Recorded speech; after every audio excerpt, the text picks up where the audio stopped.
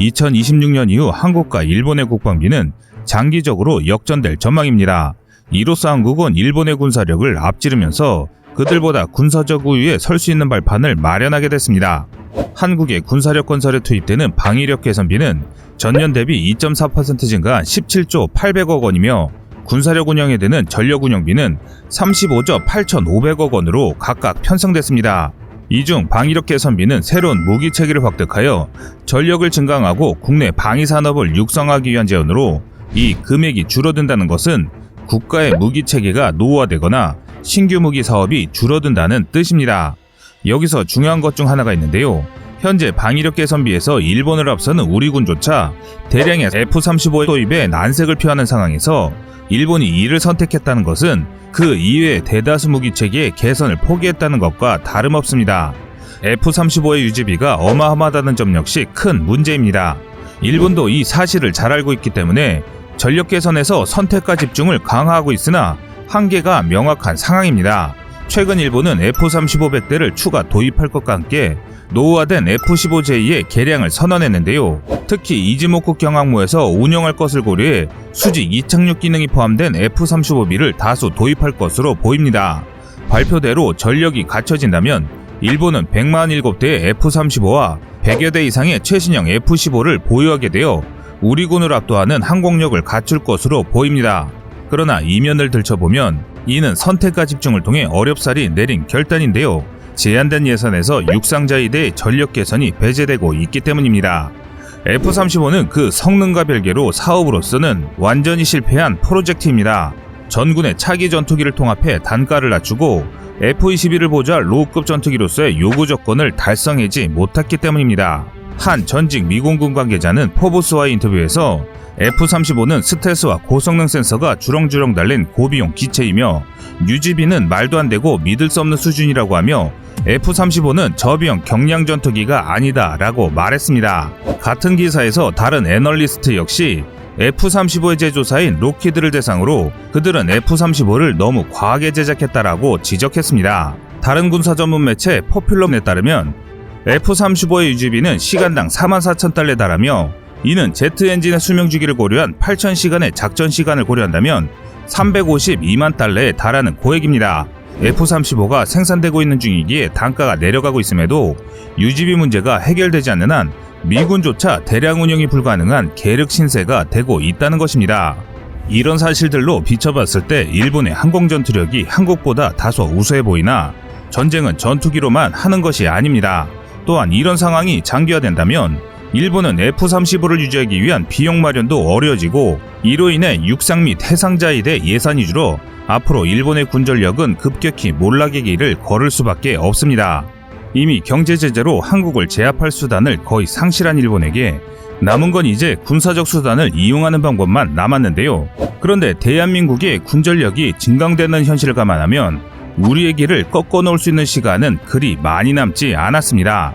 일본이 독도를 점령하려 하거나 제주도 해상의 해상교통로를 봉쇄하는 등의 도발은 초강경 수단을 동원할 가능성이 있습니다. 만약 이런 일이 발생한다면 우리 군 역시 이에 대해 방어 활동을 하는 한편 반격을 가할 것인데요. 그 장소는 우리가 우위를 가질 수 있고 전략적 가치가 막대한 대마도가 될 것입니다. 한일 양국의 국방 예산이 역전되는 20년대 중반쯤이면 일본은 지금까지 쌓아온 해상전력과 몰빵하다시피 쏟아부은 항공전력으로도 대한민국의 수세적인 태도를 취할 수밖에 없게 될 것입니다. 이렇게 된다면 일본 우익들은 마지막 한판 뒤집기를 시도할 가능성이 높은데요. 일본인들이 잘 사용하는 말 중에 하나가 따서 갚으면 된다라는 말이 있습니다. 많은 분들이 일본의 근대화에 성공한 이후 아무 문제 없이 폭풍 성장했다고 생각하신 경향이 있습니다. 그런데 사실 일본의 발전은 무모한 도박의 연속이었습니다. 메이지 유신을 통한 근대화 과정에서 사무라이들의 반란을 진압하며 엄청난 손실을 입었고 이로 인해 미국과 영국 등 열강의 엄청난 채무를 빚졌었는데요. 가만히 있었다면 식민지가 될 상황에서 조선을 침탈하고 청일전쟁에 승전하며 청나라로부터 받은 전쟁배상금으로 빚을 갚았습니다. 이후 과도한 팽창으로 다시 부채가 확대되자 러일전쟁을 승전한 이후 열강이 되었던 것입니다. 만약 전쟁에서 패전했다면 일본은 완전히 붕괴되었을 도박들이었습니다. 이런 경험이 쌓여 중일전쟁과 태평양전쟁을 일으켰지만 지속되는 도박이 매번 성공할 수도 없다 보니 미국과의 전쟁에서 패하고 모든 영토를 토해내고 막대한 채무를 껴안게 되었습니다. 그런데 충격적인 것은 지금 일본이 지고 있는 채무의 규모가 전쟁 당시를 뛰어넘었다는 것입니다. 그래서 현재 일본은 다시 한번 도박의 유혹에 빠지고 있습니다. 그런데 그 대상을 만만하다고 생각하는 한국으로 보고 있는 것이죠. 가네다 마사루 게이오데 교수는 KBS와의 인터뷰에서 일본의 경제를 죽기 전 마취 상태라고 표현하며 GDP의 2배가 넘는 재정 적자를 하이퍼 인플레이션이나 전쟁, 혁명 등 극단적 상황 없이 해결될 수 없다고 말했습니다. 1944년 일본의 국가 채무는 GDP 대비 204%에 달했는데 이를 극복하기 위해 일본 정부는 부동산과 재산에 90%의 세금을 부과하고 모든 예금을 정지시키고 자산을 압수했습니다. 정지당했다가 돌아온 통장에서 상당량의 예금이 국채 상환을 위해 압수당했고 나머지 금액은 정부에 의한 하이퍼 인플레이션으로 인해 휴지 조각으로 변했습니다. 그런데 과거 일본의 이런 행적들이 지금과 매우 비슷한 양상을 보이고 있습니다. 2021년 말 일본의 GDP 대비 국채 규모는 250%를 넘을 것으로 추정되고 있습니다. 즉 지금 상황은 혁명이나 전쟁 말고는 방법이 없는 상황인 것입니다. 그리고 이럴 때 일본의 눈은 항상 한국으로 향했습니다.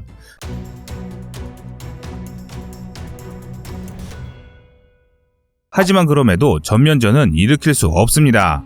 우리의 강력한 군사력 때문인데 2000년대 초반까지만 하더라도 한국의 해군 전투력을 전부 모은다 해도 자위대의 4개 호위대군 중 단 하나를 이기지 못할 것이라는 비관론이 팽배했습니다. 하지만 우리 해군이 급격히 팽창하며 양가질적으로 일본 해공군에 밀리지 않는 강력한 군대가 되면서 이런 상황은 반전되었습니다.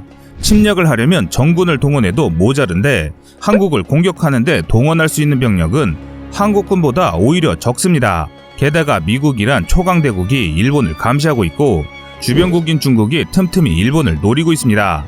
그러니 일본이 한국을 점령하는 건 꿈도 꿀 수 없는 일입니다. 반면 지상군인 육상자위대 장비는 더욱 참담합니다. 일본의 19식 차륜형 자주포나 99식 자주포를 우리 K9과 비교해보면 더 잘할 수 있는데요. 99식 자주포는 우리의 K9과 거의 동시기인 99년에 전력화된 자주포입니다. 하지만 최초 성능에서부터 K9과는 격차가 심한 자주포였습니다. 그런데 한국은 지속적인 개량을 통해 성능을 업그레이드한 반면 일본의 자주포는 이제 우리의 것과 비교하기도 어려운 실정입니다. 기존 최대 사거리가 30km로 사거리 연장탄을 사용해 K9의 기존 최대 사거리인 40km에 겨우 도달할 수 있으며 낮은 출력의 엔진과 더 적은 장탄수를 가졌습니다. 최근 우리 군이 사거리 54km의 신형 포탄을 전력화하고 2030년대 이후로 사거리 100km의 신형탄을 배치할 수 있음을 고려할 때 K9의 다른 개량을 고려하지 않아도 정확성, 사거리, 위력 등 모든 면에서 그 격차는 더욱 현격하게 벌어집니다. 이런 상황에서 일본이 내놓은 신형 19식 차륜형 자주포는 더 참담한 수준입니다.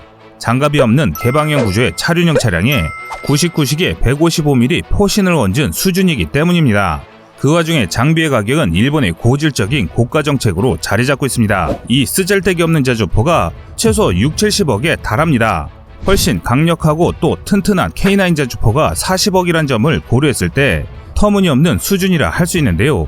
그래서 일본이 전쟁을 통해 바랄 수 있는 가장 최선의 결과는 한국의 경제 역량을 약화시키거나 일본의 의지를 관철시켜 한미일 동맹에서 우위를 차지하는 정도일 것입니다.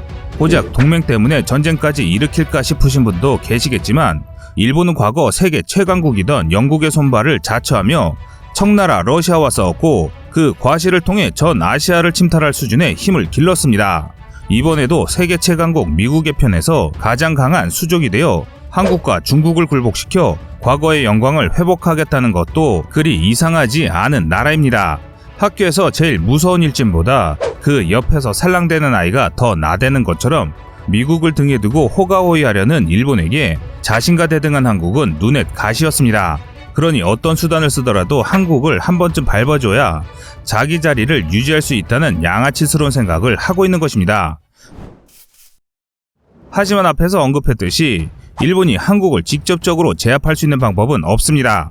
경제 제재를 가하면 다 무너질 것이라는 망상은 이미 2019년 무역전쟁의 처참한 실패로 불가능하다는 것이 밝혀졌기 때문에 일본은 마지막 남은 카드인 군사적 도발을 실시할 것입니다. 이때 일본이 취할 수 있는 현실적인 방법은 두 가지 정도인데요. 독도 기습점령과 제주도 남방에서의 해상교통로 차단입니다. 독도 기습점령은 해공군의 우위를 살리는 전략으로 독도를 점령한 뒤 방비를 굳힌다면 아직까지 상대적으로 취약한 우리 해군이 독도를 되찾기 어려울 것을 고려한 것입니다. 일본 입장에서는 국내 단합을 유도하고 한국의 자긍심에 상처를 입힐 수 있으며 힘의 우위를 명확히 보여줄 수 있는 방법입니다. 또한 독도는 한국의 실질적 지배지이기 때문에 만약 우리가 독도를 빼앗기더라도 우리가 자랑하는 미사일 전력을 마음껏 쓰지도 못할 뿐더러 독도를 재점령하기 위해서는 일본 해상자에 대해 전면전을 불사해야 하는 각오를 다져야 합니다. 하지만 이것은 일본도 그러한데요. 또 설사 독도를 무력 점거하더라도 우리가 독도 주변을 봉쇄하면 일본도 독도를 계속 지키기 위해서 너무 많은 전력이 투입돼야 한다는 점을 생각한다면 장기간 점령은 불가능할 것입니다. 때문에 일본이 취할 수 있는 가장 치명적이고 극단적인 수단은 제주도 남방의 해상교통로 봉쇄입니다. 대한민국은 수출을 통해 국가를 성장시킨 나라이며 수출품을 생산하기 위해 많은 원자재를 수입하는 나라이기도 한데요. 한국은 해상을 통해 들여오고 나가는 물자의 대부분이 바다를 지나는 해상교통로에서 나옵니다. 일본이 해상교통로를 봉쇄할 확률이 가장 높은 것이 한국 경제에 미치는 파급력은 상당할 것이고 일본도 국제사회의 비난을 최소화할 수 있는 방법이기 때문인데요. 일본의 생각은 이러합니다. 해상자위대가 있는 큐슈의 사세보항에서 출격해 제주도 남방에 배치된다면 일본 해군을 정면으로 공격하기에는 양측의 피해가 막대할 것이므로 협상을 통해 상대적으로 다급할 수 없는 대한민국을 굴복시킬 수 있다고 보고 있습니다. 하지만 일본이 이런 무례하고 생각 없는 군사적 움직임이 발생된다면 한국은 바로 대마도 정벌에 돌입하는 명분을 얻게 되면서 그들은 상상하지도 못하는 전략으로 일본 본토까지 노려볼 수 있는 기회가 생기게 됩니다. 만약 그렇게 된다면 한국의 모든 군전력은 일본을 점령하기 위한 대한민국의 위대한 남벌이 시작되는 것입니다.